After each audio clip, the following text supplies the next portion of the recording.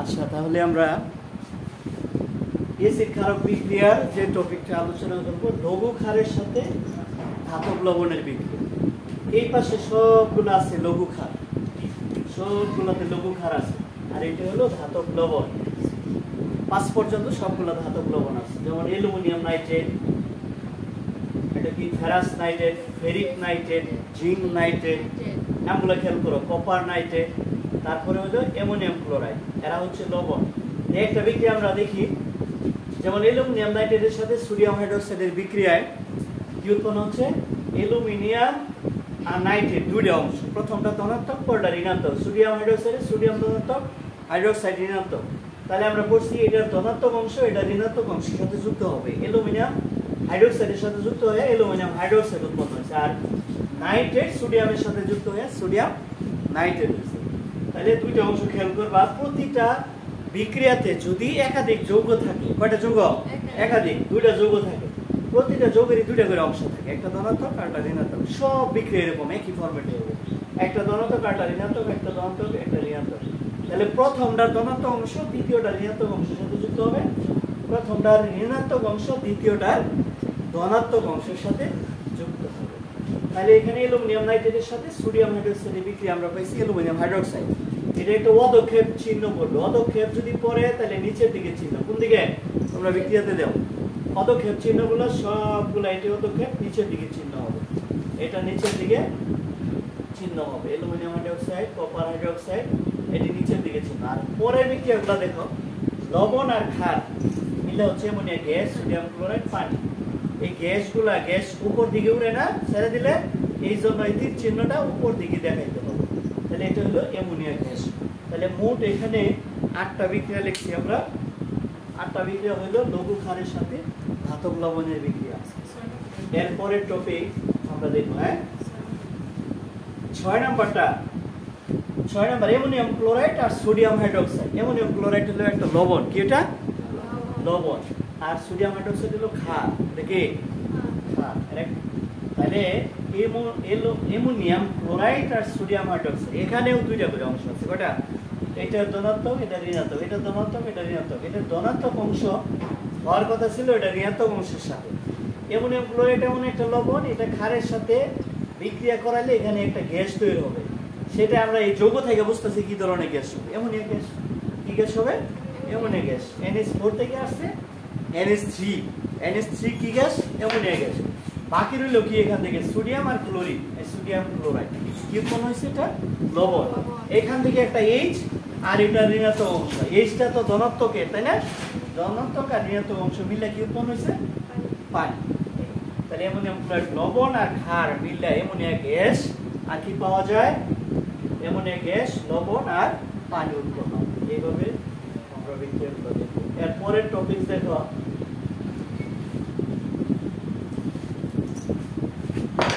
দেখো pH. PH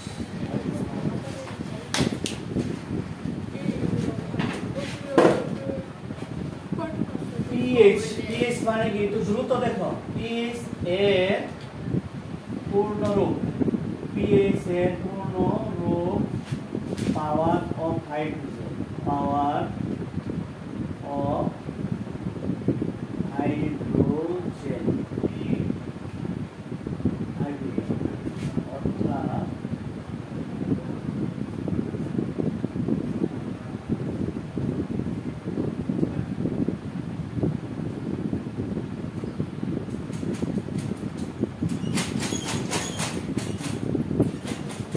pH এর পূর্ণরূপ হলো পাওয়ার অফ হাইড্রোজেন, অর্থাৎ কি? হাইড্রোজেনের ক্ষমতা। সংখ্যাটা আমরা যদি সাজাই এভাবে লিখতে হবে, কোন লবণে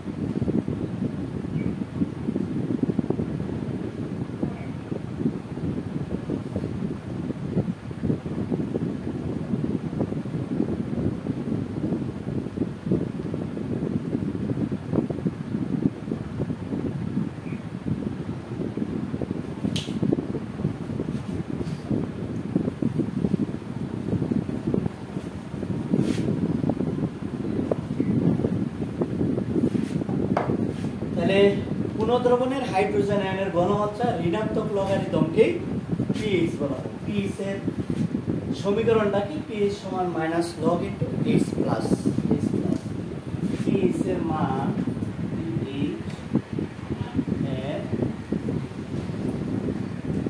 স্কেলে মান 0 হতে 14।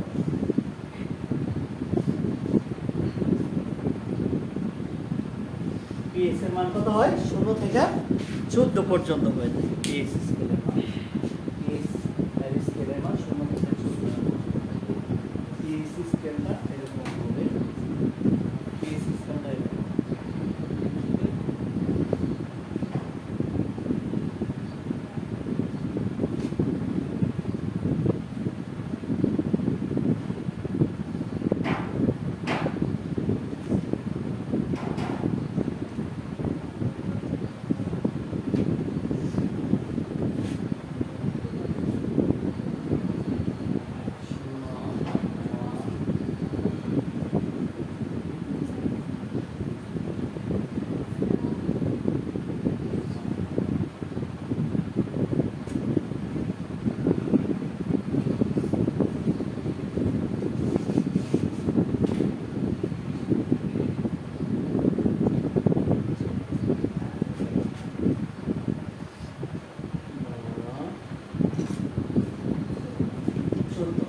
এই হলো pH স্কেল 0 থেকে কত?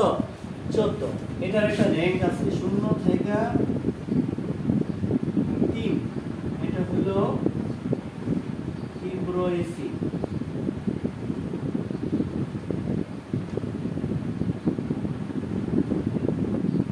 0 থেকে 3 তীব্র অ্যাসিড।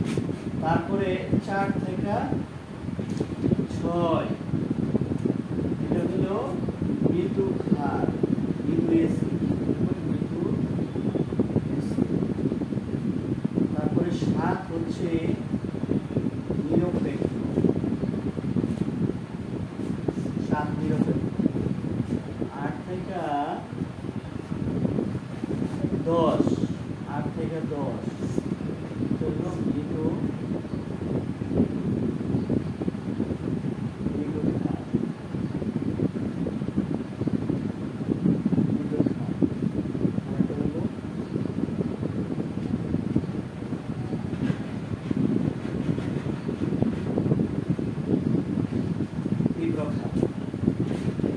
pH স্কেলে এই তিনটা মান হয়ে থাকে 0 থেকে 14 পর্যন্ত। হ্যাঁ, 0 থেকে 3 হলে তীব্র অ্যাসিড, আর 4 থেকে 6 মৃদু অ্যাসিড, 7 হলো নিরপেক্ষ, 8 থেকে 10 মৃদু ক্ষার, 11 থেকে 14 হলো তীব্র ক্ষার।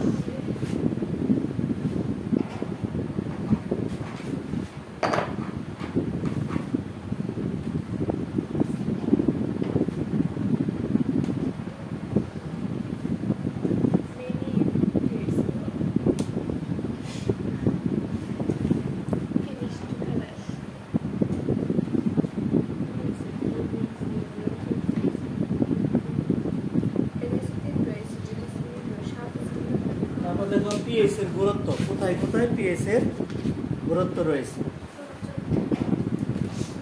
এক নাম্বার, কৃষি ক্ষেত্রে pH এর গুরুত্ব অপরিসীম, কারণ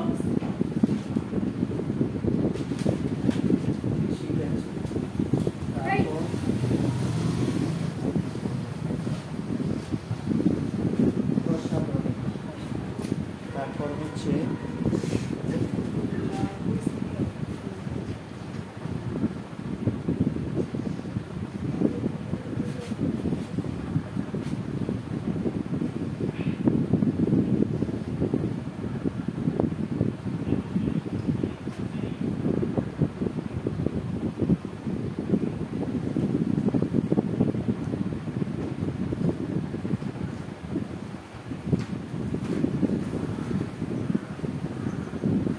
কৃষিক্ষেত্রের পশ্চাৎপদে আর জীবদেহে বিভিন্ন জৈব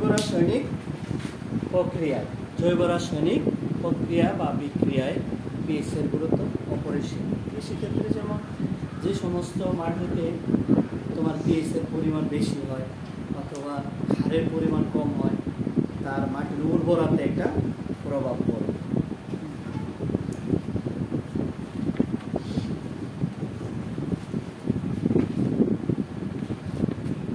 তারপরে আরেকটু লিখছ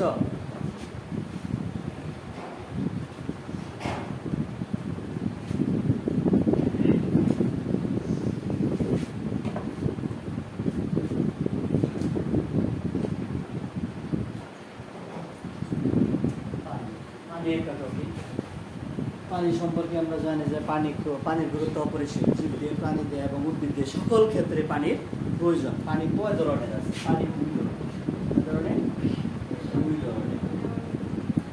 এক নাম্বার হচ্ছে সরল পানি, আর 2 নম্বর হচ্ছে মৃদু পানি।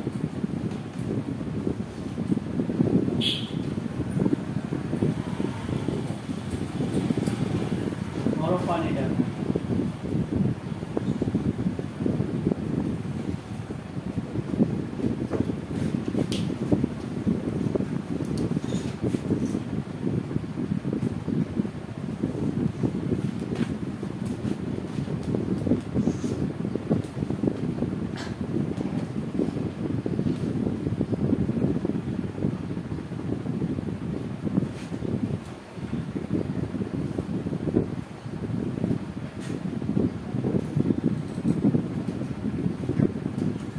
যে পানিতে ক্যালসিয়াম, ম্যাগনেসিয়াম, আয়রন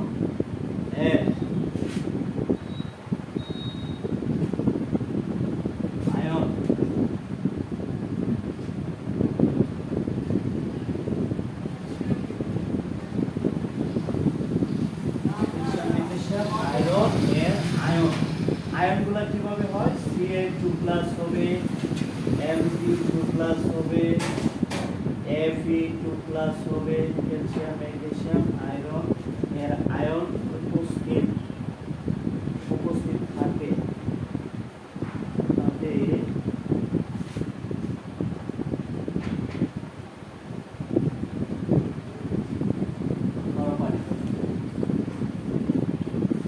যেমন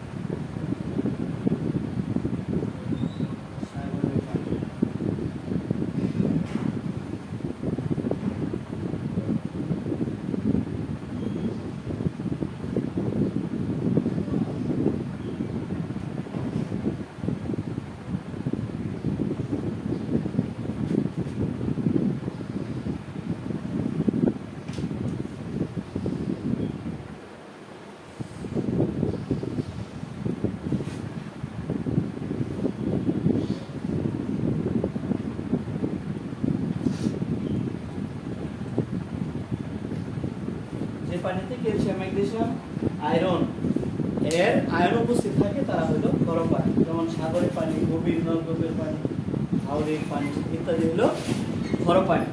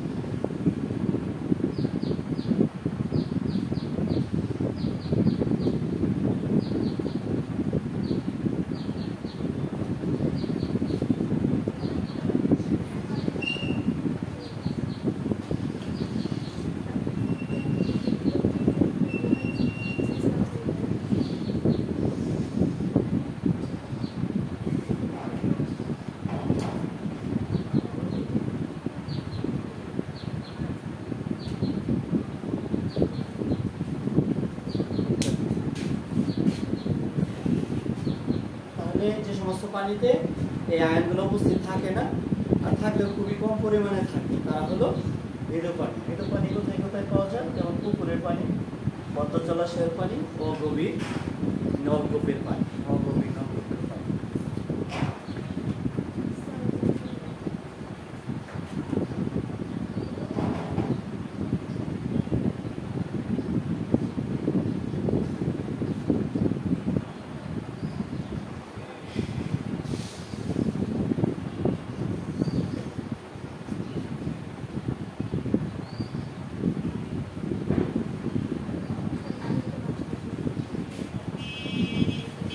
তারপরে পানি বিশুদ্ধকরণের কিছু উপায় লিখে আছে, লিখে আমরা লেখা।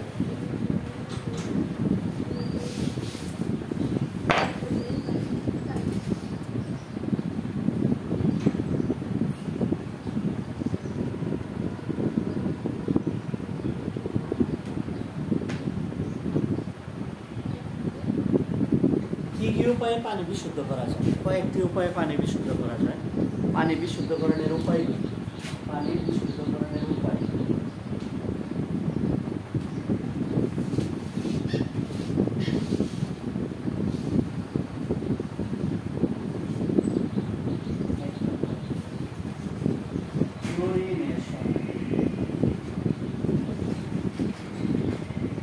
ক্লোরিনেশন করে পানি বিশুদ্ধ করা যায়।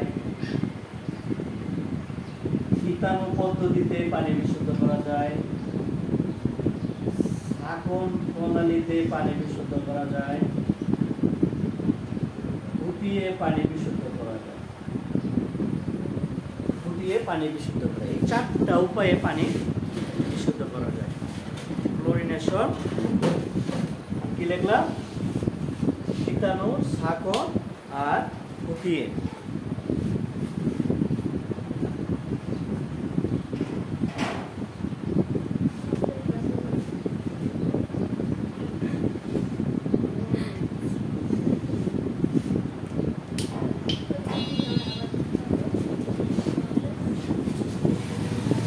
ক্লোরিনেশন বিষয়টা কি? ক্লোরিনেশন